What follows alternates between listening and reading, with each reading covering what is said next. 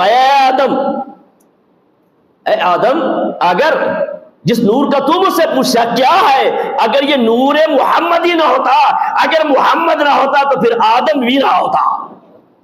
اس لیے ہم یہاں پر کہتے ہیں خدا کی عظمتیں کیا ہیں محمد مصطفیٰ جانے، خدا کی عظمتیں کیا ہیں محمد مصطفیٰ جانے، مقام مصطفیٰ کیا ہے محمد کا خدا جانے، مقام مصطفیٰ کیا ہے محمد کا خدا جانے۔ ہمارے پاس وہ الفاظ موجود نہیں ہے جو ہم مقام محمد بیان کر سکے، نہ ہم میں اتنا علم موجود ہے کہ قل متاع دنیا قلیل،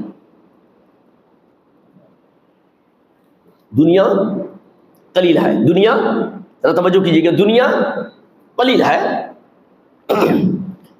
اور یہ دنیا تو قلیل ہے، تھوڑی ہے، تو قرآن مجید کہہ رہا ہے وَإِن تَعُدُّوا نِعْمَتَ اللَّهِ لَا تُحْصُوهَا، ذرا توجہ کیجیے گا، میری دنیا رب کریم فرما رہے ہیں یہ دنیا بڑی قلیل ہے، لیکن اے انسان اگر تو اس کی نعمتیں گننا چاہے نعمتیں گن نہیں سکتا، یعنی قلیل کو تم گن نہیں سکتے۔ ذرا توجہ کیجیے گا جناب، قلیل کو تم گن نہیں سکتے، قلیل کو تم گن نہیں سکتے، قلیل کو تم گن نہیں سکتے، اور عظیم کو کیسے گنو گے، عظیم کے مقام کو کیسے چھوؤ گے؟ فرمایا قل متاع الدنیا قلیل، یہ دنیا قلیل ہے، اور آئی میرے محبوب کی باری جس کے لیے اس دنیا کی بساط کو قائم کیا، کہا وَإِنَّكَ لَعَلَىٰ خُلُقٍ عَظِيمٍ، اور میرے محبوب کی ایک صفت جو ہے اخلاق والی وہی بہت بڑی عظیم ہے۔ تو ہم محبوب کے فضائل کیسے بیان کر سکتے ہیں؟ میرے کریم آقا فرماتے ہیں میں سوتا ہوں رب مجھے کھلاتا ہے، میں سوتا ہوں، صرف نقطہ سمجھا رہا ہوں یہاں پر، اگر اس پہ جاؤں تو تفسیر کافی لمبی ہے۔ فرمایا میں سوتا ہوں تو رب مجھے کھلاتا ہے، تو رب کریم تو خیر الرازقین ہے، وہ اپنے نبی کو بھی کھلاتا ہے، ہمیں بھی تو وہی رب کھلاتا ہے۔ ذرا تقابلی جائزہ یہاں پر ہم نے لینا مقصود ہے، یہاں پر نقطہ دینا ہے آپ کو۔ میرے کریم آقا صلی اللہ علیہ وسلم فرماتے ہیں میں سوتا ہوں تو رب مجھے کھلاتا ہے، تو ہمیں بھی وہی رب کھلاتا ہے، لیکن ذرا توجہ کیجئے، ہم کھاتے ہیں تو گھر میں بیوی بھی دیکھتی ہے، بچے بھی دیکھتے ہیں، باہر کھاتے ہیں تو دوست بھی دیکھتے ہیں، لیکن میرے کریم آقا کو رب کریم کھلاتے ہیں، گھر میں صدیقہ نہیں دیکھ سکتی، باہر صدیق نہیں دیکھ سکتا۔ جب تم اس کا کھانا نہیں دیکھ سکتے تو اس کے مقام تک کیسے پہنچ پاؤ گے؟ پھر ہمیں کہنا یہ پڑتا ہے اس میں کہ خدا کی عظمتیں کیا ہیں محمد مصطفیٰ جانے، مقام مصطفیٰ کیا ہے محمد کا خدا جانے۔ صدا کرنا تو میں صدا کرنا تھی میرے بس میں نے تو صدا کی، صدا کرنا تھی میرے بس میں نے تو صدا کی، وہ کیا دیں گے میں کیا لوں گا، سخی جانے گدا جانے، سخی جانے گدا جانے۔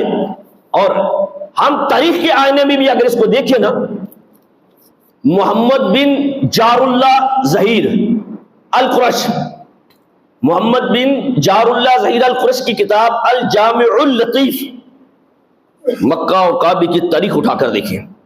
اب تاریخ کے آئینے میں عید میلاد النبی آپ کو بتا رہا ہوں، مکہ اور کعبہ کی تاریخ اٹھا کر دیکھیں کہ جشن عید میلاد النبی، جشن عید میلاد النبی مکہ اور مدینہ میں منایا جاتا تھا، اور موجودہ حکومت نے سن 1924 میں اس کو بند کیا ہے۔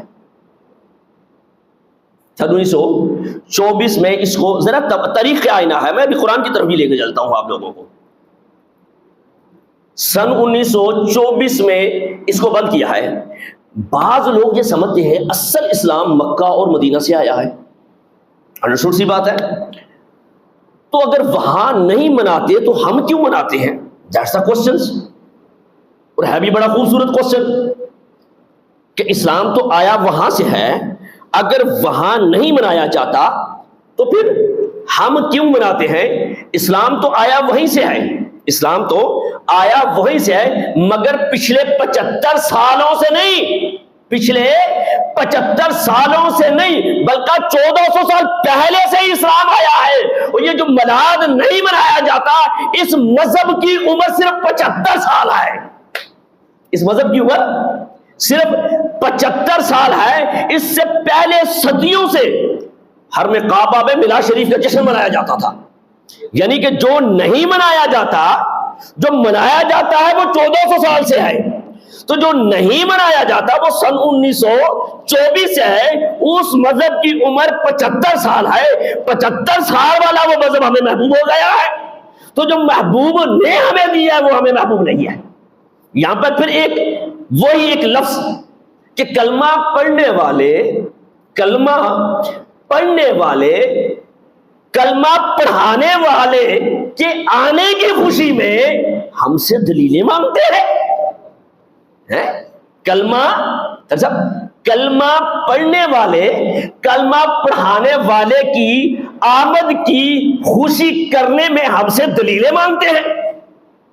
کیسا یہ دورہ ہے ان کا؟ تو مکہ اس سے پہلے صدیوں سے حرم کعبہ میں میلاد کا جشن منایا جاتا تھا۔ مشعل برادر جلوس نکالتے تھے، چراغ اٹھا کر مکے کی گلیوں سے گزرتے ہوئے بی بی آمنہ کے گھر تک جاتا تھا۔ مکہ مدینہ میں حکومت نے مکہ اور مدینہ میں صرف بند کیا، لوگ گھروں میں آج بھی مناتے ہیں، لوگ وہاں گھروں میں آج بھی مناتے ہیں۔ اور علامہ طاہر القادری صاحب فرماتے ہیں کہ میں ہر سال وہاں جا کر ان کی میلاد میں شرکت کرتا ہوں، ان کے